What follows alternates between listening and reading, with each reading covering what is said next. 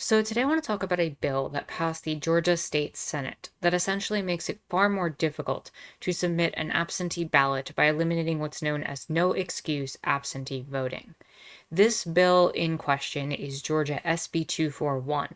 And while SB 241 is only one of a numerous amount of bills across the country and in the state of Georgia itself that have attempted to make voting more difficult, its recent passing and its contents, as well as the fact that it's from Georgia, who just recently went blue across the board, makes it relevant to talk about as an example of the types of legislation we are seeing across the country. So I want to cover this bill by discussing its key components and drawing out their conclusions by examining who will be subject to losing voting rights and who will be the ones most affected by this bill's passage. But first, I want to take some of the context of the bill and put it out there. And I want to talk about some of its history and why it's important to talk about in that regard. So, historically, Republicans have been the ones who have supported absentee ballots. Usually, white, wealthy Republicans and older Republicans have been the ones who benefited the most from it. If you're someone who has a home in another state, you can vote back into Georgia or any state that you're from, and you have the benefit of being in another state, but also voting in the state that you are from. And so that is typically where we saw absentee voting. And the Republicans themselves are the ones who put in the no excuse absentee system in 2005 in the state of Georgia. But that said, things have changed over time. The pandemic, as well as numerous other factors, have made it so that the Democrats have begun to use it as a tool. So naturally, the response from some Republicans in Georgia has been to make it harder for some of the people in Georgia to be able to access the vote. And we've seen this before on a wider stage, when we saw that President Trump tried to make the distinction between absentee voting and mail-in voting, calling one fraudulent and full of problems, while the other one was perfectly reasonable and accessible, when in reality, it's one and the same thing. So there's this duality that was being played where the Republican position and what benefited the Republicans was prioritized and considered beneficial, whereas what would have benefited the Democrats would have been a problem. So there are two other important details that I want to cover in understanding the motivations of the Republicans outside of this zero-sum game mentality they have when it comes to elections and just trying to defeat the Democrats. So first, I want to point out that in 2019, the Black voting population in Georgia reached a record high of 2.5 million eligible voters, making up a third of the state's total electorate. As a share of eligible voters in the state overall, Black voters ended up seeing a 5 percentage point increase between 2000 and 2019. This was the highest growth rate of any racial or ethnic group in the state of Georgia, and also the largest percentage point increase among Black voters in any state in the country. Meanwhile, you also had Hispanic and Asian American voting populations grow in Georgia to significant portions over the past 20 years. However, these groups accounted for only a 5% and 3% increase. 5% and 3% shares of the state's electorate, respectively. The number of white voters in the states also grew during the time, but at a lower rate than other major racial and ethnic groups, meaning that whites in Georgia, their share of votes of eligible voters declined by 11 points, even though the group still is a majority. So there's been a huge shift in Georgia's population over the past 20 years. And I think that's worth talking about given that the 2005 position is changed so much from this 2021 position that we are seeing from some of the Republicans in the Georgia State Senate. And of course, the bigger issue is that you've had a combination of immigration and emigration within the immigration from outside of the country and emigration from within other states traveling to Georgia in order to change a lot of these demographics, as well as just population shifts in general. Further, while white voters still made up a majority of all mail-in voters, their share of the vote-by-mail electorate actually dropped from 67% in 2016 to 54% in 2020. The black share, meanwhile, surged from 23% to 31%, and this is coming from Brennan Center. As the figure below shows, nearly 30% of black voters cast their ballot by mail-in in 2020, but only 24% of white voters did so. And of course, the discrepancy comes in from not just, changes in demographics and all these things, but the pandemic probably played a huge role in that, especially as more conservative, right-wing Republican figures started going against mail-in voting because of the whole pandemic debate. So with that said, we've seen a shift in who is using the mail-in system. And as we've seen this, of course, now is when Republicans start to make their changes in policy. So it's hard to not see that there is some sort of racialized component as well as class component when analyzing these particular bills, and we should analyze it through those lenses. And again, we should see SB 241 as part of a wider set of attacks on voting rights that are specifically targeting people of color and poor people across the country. So what does SB 241 functionally do as a law if it gets thrown all the way in, right? Like if it passes the House now, what does it functionally do? Well, it eliminates no excuse absentee voting and sets up means testing to determine the eligibility for mail-in voting, while previously there was no requirement in Georgia. So just to clarify that, before, if you wanted to mail-in vote, all you had to do was mail-in vote and follow the regular set of procedures that were in place, and you could vote. Now you have to submit an application in order to see whether or not the state approves you to be able to do so. And the problem is whenever we have a system of means testing, especially when you have a power structure that is not very trustworthy, it ends up highlighting some of the intrinsic issues of capitalism and racism, especially when proof is a factor, because the goalposts can constantly shift, and proof cannot always be enough. And we have to question then, who is the one managing what is valid proof and what isn't, even within the guidelines that are presented. And so there's a lot of problems that come up when we start talking about means testing that instantly make things more difficult. So what are some of the policies and reasons why the state of Georgia wants to say that one can mail-in vote? Some of them, again, are sensical, but some of them are also taken in a way that can be used against certain populations. So the first one is that if you are not in the state or can prove that you will not be in the state at the time, that you are allowed to mail-in vote. Now, the people who have the ability to plan and go, plan to be out of state for an extended period of time, or know they won't be in state at a specific time, are usually people who have more wealth and status in society. So there's a level of classism at play here. Because if you're someone who has an emergency right before election day, you might not be eligible to vote, but someone who is able to plan maybe a long-term trip or, to plan months and months ahead for something like that, who doesn't have to rely, say, on an employer to determine their hours from week to week, might have more of the luxury and ability to do something like that. So it disproportionately affects poor people right off the bat. The next one is that if you work for the establishment of elections, if you're an elector, if you're someone who works at a polling place, then you are allowed to do that. And honestly, that one actually makes legitimate sense. If you had to have means testing, that one needed to be in there. The next component is if you're someone who's physically disabled, or if you care for someone who is physically disabled.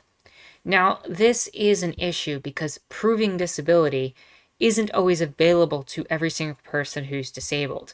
If you're wealthier, you might have more access to medicine, more access to healthcare, and then you have a more likely chance that you'll be able to get the medical necessary documents to provide proof that you are in fact disabled. Whereas if you are poorer, you might be working through your injuries, you might be working through your pain because there might not be a means or time for you to access healthcare to actively get your injuries taken care of or whatever your disability is. And that creates a dynamic. That's not even taking into account rather the racialized aspects of the medical industry and who gets targeted from that, and the questions about people of color and pain that often come up, which is definitely beyond the scope of this video, but worth acknowledging and mentioning. Next is religious observations or holidays. If the election comes up at the time of a religious holiday or observance, you can theoretically get a mail-in vote. The thing I have to call into question is whether or not certain holidays and observances would be respected. If you're someone who has a holiday or observance that is outside of the standard dynamic of society, the white society, as a whole and the status quo, would that be something upheld, or would the state of Georgia be able to say, no, that's not something valid? And that's an important question to ask when we're examining this. Further, if you are required to work during the entire time that the polling is open, meaning if the polling is open for 8 to 10 hours, and you happen to work for all of those 8 to 10 hours, then you are able to do that. But that also requires you to have your schedule ahead of time. That requires you to be in a place where you can predict that. Further, if you work, say, 8 hours and you still have 2 hours to get to the polls, you are not allowed to do mail-in voting. Even if the lines might be out the door, even if you might be exhausted, even if you have kids to take care of, this makes things a lot harder. And so that will disproportionately affect people with lower incomes who may not have the time, energy, or anything else to deal with these situations. The next group is people who are 65 or older within the definitions of being elderly in the United States. That makes sense. And the last group is people who are in the military or other overseas services. So again, some of these kind of sort of make sense, but some of them, once you extrapolate how capitalism and reality tends to work, and we look at the on-the-ground details, they end up manifesting in ways that hurt people. And this will happen no matter what you do in terms of means testing, because there will always be people exempt, even if you have the most beneficial system. It's why means testing almost exclusively hurts people, and why we should not be advocating it in any of our policies. So that said, you then have to apply. Once you feel like you meet the requirements, you now have to apply. And by applying, you have to provide an identification, and you have to submit the mail and document. And nobody can help you do that. That is a thing that has been written into this. Nobody can assist you in this. So if you happen to be somebody who maybe doesn't have English as your first language, that might be an issue. If you're someone who maybe can't get access to ID for a number of different reasons, that might affect you. And I don't know if there's any sort of provisions being put into place for people whose first language isn't English, or for maybe who have issues or trouble with the English language, that might be perfectly fluent in another language. I don't know if there'll be services provided for said people. There's no mention of it in the bill, and that makes me think not. Further, when you are in a situation with talking about identification, it's been shown time and time again that people of color have a tendency to be the least likely to have ID in certain locations and areas, not so much in major cities where police will constantly require and check ID, but in some more rural areas, maybe outside of maybe Atlanta is what I'm really thinking, where it might end up disproportionately affecting people of color and, again, poorer populations who might not have time to go get the proper documentation they require. And so this ends up affecting a certain section of the population. Next, we have a really interesting component of the bill. The bill gives the state power over local electors, the electors who are responsible for the local operations of the election and polling places and overseeing the process. These local electors are able to be fired at will by the state. and they are not mandated to come from local communities, meaning the state can appoint anybody from anywhere.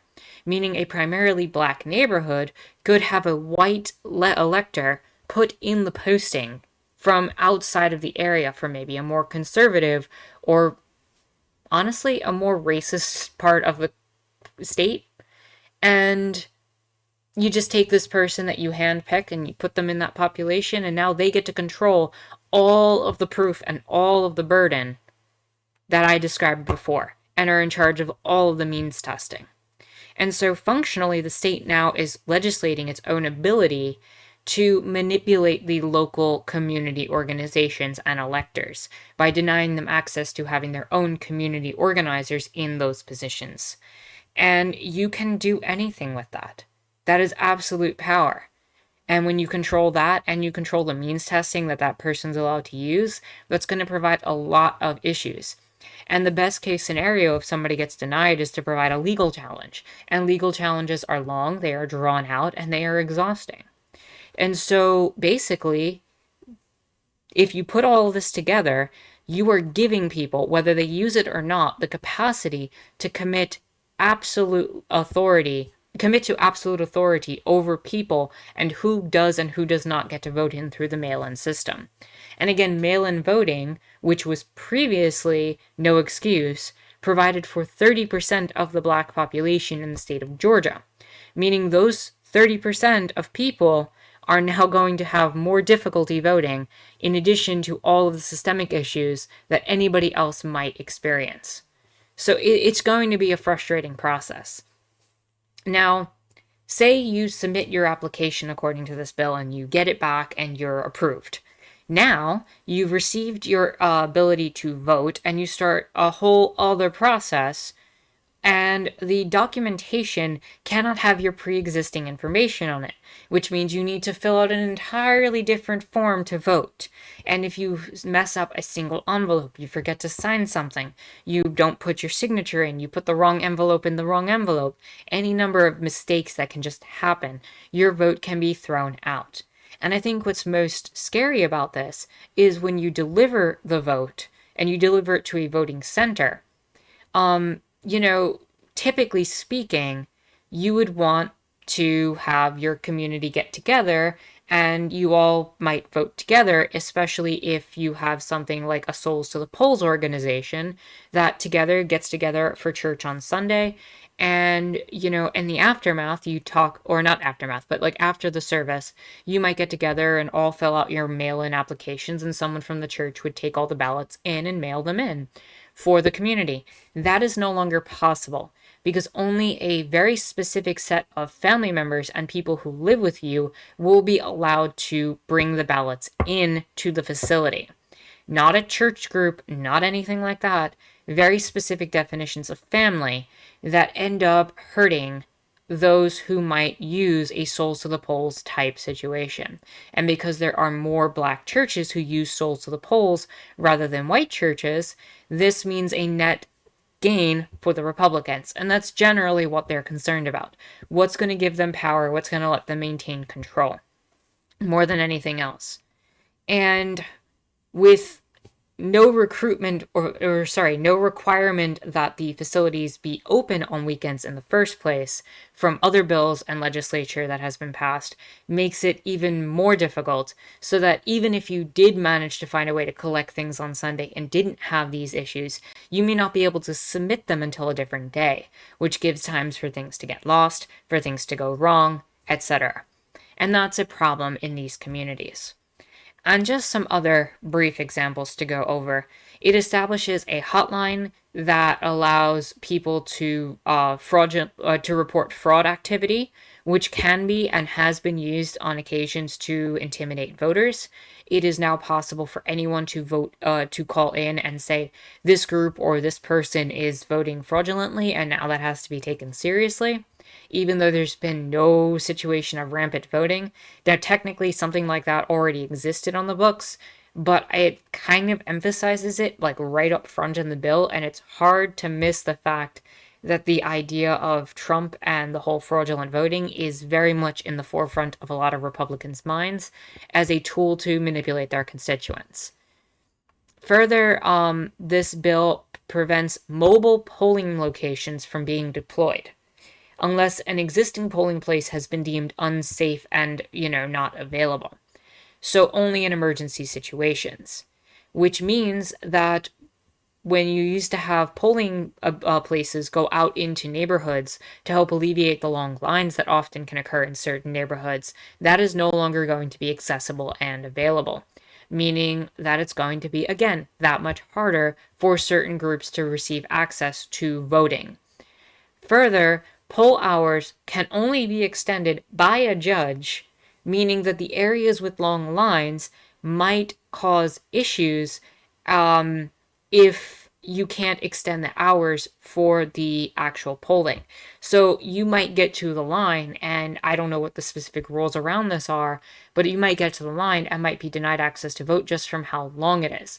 And there's been companion legislation that has existed alongside this one that has made it illegal for food and water to be distributed at polling centers, as well as many other factors. So they're not just putting it in one bill, they're throwing it in multiple, trying to see what catches.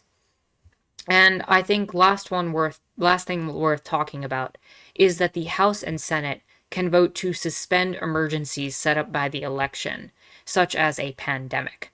Meaning that if we have another pandemic situation like we had last year, if the Republicans if the Republicans do control the Senate and House in the state of Georgia, they can vote to just remove the emergency status and make it so they can maintain power. And again, all of this is designed around the idea of maintaining power, of preserving a position of, well, authority. And with it, they don't care about the fact that it ends up throwing people of color under the bus. In fact, for a lot of them, it's probably a benefit. And poor people, they don't typically vote Republican for a lot of different reasons. So who cares? They're interested in winning their zero-sum game, and they're interested in extending this as far as possible. And so one of the positions that has been talked about to remedy these kind of bills that, again, are popping up everywhere, especially in Georgia, Arizona, and Pennsylvania, and that's not a coincidence that those three states are the ones that are being picked and targeted, is for the readmittance of the Voting Rights Act to be put back into place, which would put federal policies and restrictions on how states could handle their own voting areas, up to dealing with things like redlining, up to things like dealing with these specifics in the bill, trying to make something like absentee voting no excuse across the country. These are the type of policies that we'd want to see come into a federal bill, because the goal of the country really should be to shift in a more democratic direction. Even if democracy has always been a question in the United States, there has always been this kind of push to try to make it more available to everyone. But the Republicans, of course, and people who are in more positions of accepting and supporting white supremacist institutions and classist notions of the American society, have basically tried to prevent this for a long time. Class and race have been huge factors in voting throughout the United States' history, and it's something worth talking about. And we should go into and talk about that at some point, about the value of what a federal Voting Rights Act would look like and how it would alleviate this bill and many others like it. So with that said, if you like this video, give it a thumbs up, hit the subscribe button and bell for notifications. You can follow me on Twitter and check out my Discord in the description down below. My name is Anarchist Tara, and I hope you enjoyed watching.